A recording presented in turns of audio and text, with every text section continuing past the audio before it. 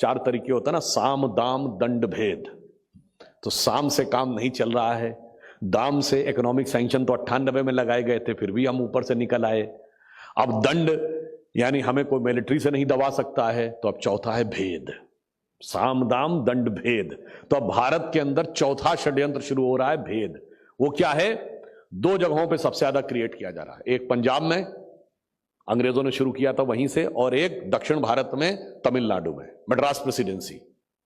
इन दोनों जगहों पर अंग्रेजों ने शुरू किया कि ये दिखाएं कि वो भारत से अलग हैं और वो हिंदू आइडेंटिटी से अलग है, और इसके लिए एक सिस्टमेटिक प्रयोग किया गया, और उसके द्वारा सच को कवर अप करने के जितने भी प्रयास किए गए, आज भाषा पे लड़ाना है।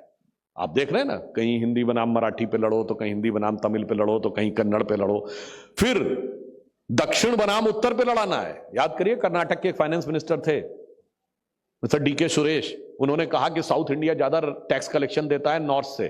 तो पत्रकार ने उनसे पूछा तो क्या अलग हो जाना चाहिए? कहते हाँ, हम अलग होने पे सोचेंगे।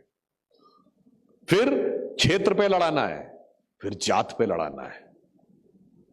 भारत को किस प्रकार से लड़ाते रहना है और लड़ाने के लिए किस सीमा तक जाना है। यहां आइए, पंजाब में तो हिंदू और सिख को लड़ाना है, और जो आज किया जा रहा है वो भारत की उस बुनियाद के ऊपर अटैक करने का प्रयास किया जा रहा है। और मैं ये कहूंगा, ये भी ब्रिटिश कॉलोनियल लीगेसी का एक हैंगओवर है जिसमें हम आज तक फंसे हुए हैं। मैं एक छोटा सा उदाहरण देना चाहता हूं, आप में से शायद बहुतों को न पता हो। अभी हम देखिए, आपको ही तो पता होगा, अभी अमेरिका में FBI के चीफ बने हैं जो इंडियन ओरिजिन के हैं, काश पटेल। पर आपको पता है अमेरिका का इंडियन ओरिजिन का पहला कांग्रेसमैन कौन था? He was a Punjabi Sikh, Dalip Singh Saund. 1956 में वो US कांग्रेस के लिए चुन के गए। And he was not just the first Indian, he was the first Asian. He was not just the first Sikh, he was the first Indian, he was the first Asian जिसने अमेरिकी संसद की सदस्यता ली। मगर ये बात है, वो 1930 के आसपास वहां गए थे। आज का जमाना नहीं था। उन्होंने किताब लिखी, my mother India. My mother India, mother India एक अलग किताब है। मदर इंडिया फिल्म तो आप लोगों ने देखी होगी किसी न किसी ने, और मदर इंडिया एक कैथरीन मेयो की किताब है जिसमें भारत के बारे में बहुत अनाप शनाप लिखा है। तो उसके काउंटर में उन्होंने किताब लिखी माई मदर इंडिया, जिसमें वो एक लाइन लिखते हैं। दलीप सिंह सौंध सिख हैं और क्या लाइन लिख रहे हैं? And he is the first US congressman, first Indian, first Asian US congressman. वो क्या लिखते हैं? वो कहते हैं, I do not know where the spirit of consciousness of West is clean or not, but as a Hindu I can say that consciousness of India is black but clean. अब आप सोचिए, इस सच को कौन झुटला सकता है? मगर सच को कवर अप करने के प्रयास कैसे होते हैं। महाराजा रणजीत सिंह के खुद के कालखंड में, उनके जीवन काल में जो सबसे एथेंटिक डॉक्यूमेंटेशन उनका है, उमदुल तवारीख, और जिसको सोहनलाल सूरी जी ने लिखा, मतलब उनके कालखंड में डॉक्यूमेंटेड है। उसमें महाराजा रणजीत सिंह जी के अंतिम क्षण का जो वर्णन है वो उमद तवारीख के ट्रांसलेशन के 690 से 97 के आसपास के पेज नंबर वॉल्यूम 3 में है, जाके देखिएगा। तो वो क्या कहते हैं कि जब महाराजा रणजीत सिंह जी का अंतिम समय आया, पूरी रात भर गुरु ग्रंथ साहब का पाठ हुआ, और कहते हैं जब अंतिम समय आया तो भाई चांदराम ने उनसे कहा, राम राम बोलिए। महाराजा रणजीत सिंह जी के सिरहाने पर श्रीमद् भगवत गीता रखी गई, उनके मुंह से 2 बार राम राम निकला। ये उनके जमाने में लिखा गया है, और निरंतर उनकी दृष्टि लक्ष्मी नारायण की मूर्ति के ऊपर थी। और उनकी मृत्यु के 3 दिन बाद उनकी अस्थियों को हरिद्वार में गंगा में विसर्जित कर दिया गया। अब बताइए कितना स्कोप है इसमें डाइल्यूट डिफरेंस क्रिएट करने का। मगर एक करके नहीं देखना है, अलग अलग करके देखना है। इसके बीच में जिस प्रकार का एक भेद पैदा करने का प्रयास किया जाता है, मैं एक छोटी सी बात कहना चाहता हूं। हम लोग जब सिख धर्म के पवित्र ग्रंथों को, चाहे जपजी साहब हो या कोई भी अन्य हो तो उसकी शुरुआत क्या कहते हैं?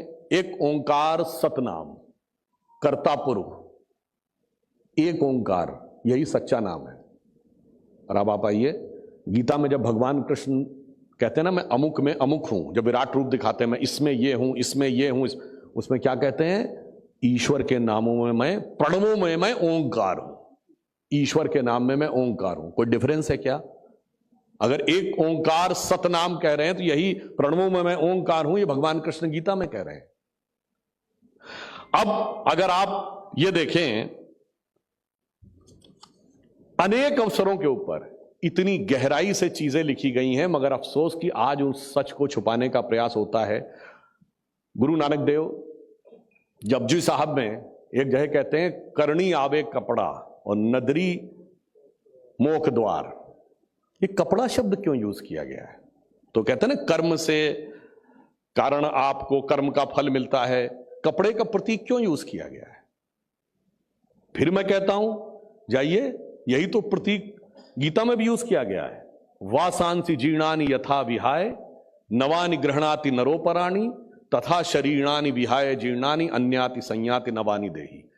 जब किसी की भी मृत्यु होती है, आपने जरूर सुना होगा, इसको मैं हिंदी में कह दूं, वो कहते हैं, मृत्यु एक सरिता है जिसमें श्रम से कातर जीव नहाकर धारण करता है वह तब नव काया रूपी वस्त्र बहाकर। शरीर को कपड़ा माना गया है, और ये माना गया है जैसे आप कपड़ा पुराना होने पे छोड़ देते हैं और उसके बाद नया वस्त्र धारण कर लेते हैं, उसी प्रकार शरीर जर्जर होने पे आत्मा नया रूप धारण करती है। आपको कर्मों के अनुसार शरीर मिलता जाता है, मगर मोक्ष अगर मिलेगा तो वो कृपा से ही मिलेगा। अब बताइए, इसमें कितना डिफरेंस की गुंजाइश है? फिर आप बताइए, गुरु गोविंद सिंह जी ने जो पंच प्यारे चुने, वो किन क्षेत्रों से चुने? एक लाहौर से, एक हस्तिनापुर, एक जगन्नाथपुरी, एक द्वारका और एक बीदर। National integration. और वो भी देखिए, इन जगहों का प्रतीक समझिए भारतीय संस्कृति के साथ, हस्तिनापुर, जगन्नाथपुरी और द्वारका, यानी पूरा का पूरा कार्य जो भारतीय संस्कृति, हिंदू धर्म और संस्कृति की रक्षा के लिए किया गया। मैं बचपन में लखनऊ में जहां रहता था, उसके बगल में गुरुद्वारा था, गुरुद्वारा श्री गुरु तेग बहादुर साहब।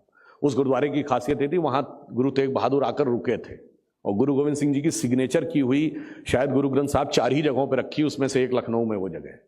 तो मैं अक्सर जब मैं सुबेरे उठता था तो एक भजन बज रहा होता था, श्री गुरु तेग बहादुर जग में जो तेरा अवतार न होता, डूब जाती ये धर्म की नैया जो तू खेवनहार न होता। अब मैं पूछता हूं, कौन सा धर्म था?